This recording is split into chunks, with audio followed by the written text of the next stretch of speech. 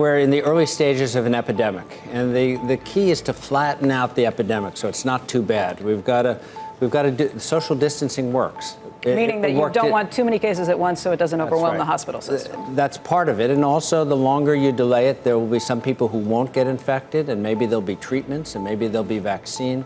So the key, delay works in our favor. So for individuals, they want to delay their exposures. I think at the very least they need to be assessed and screened, and there's ways we can do this in tiered fashion. So there are other more common viruses we could start with testing for, and if those tests come back negative, so for example the flu, if you test negative for the flu, then we can test for some other things, and if that's negative, then you can do a coronavirus test. But I think there needs to be a process for that. You already see the Trump administration putting the scientists up front in a way that a couple of weeks ago they weren't. I mean, you had people saying, oh my God, are they going to muzzle Dr. Fauci? They're not going to muzzle Dr. Fauci, right? He's been pretty clear about what he thinks, even as recently as yesterday. And no question last night. And I mean, that's not a good message for the Trump administration, the American economy, but that doesn't stop them from getting it out.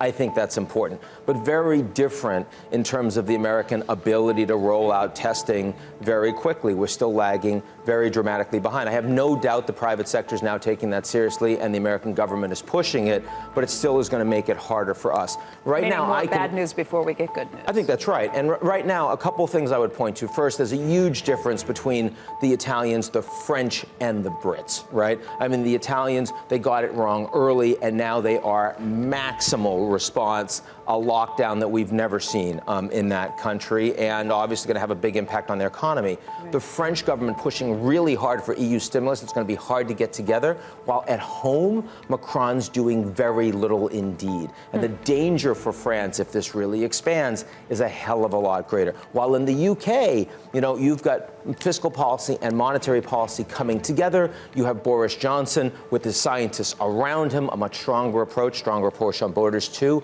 He's actually looking pretty good right now. And if you ask me where Trump is compared to Macron versus Boris Johnson, he's closer to the Macron camp, not necessarily where you want the American leadership to be. The good news is that hospitals have been ready for this a few times. We've been through this with Ebola, with H1N1. So a lot of the protocols and things that we need are in place across the hospitals across the United States. Each morning at 7:30, we get our 51 hospitals on the phone and we go through all the things that we need.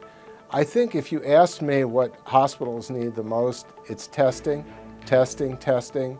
We've got to make sure that we have the protective equipment for our caregivers and for our patients.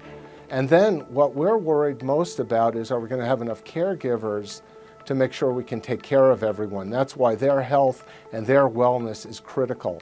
But we're already looking at how we use our ICU beds, how can we use alternative areas of care, including setting up tents outside of our hospitals. So we're already going through the process of looking where we have capacity, what we need to do, and what do we have to do in front of it. So we're trying to stay way in front of this as we see a wave of patients potentially coming forward.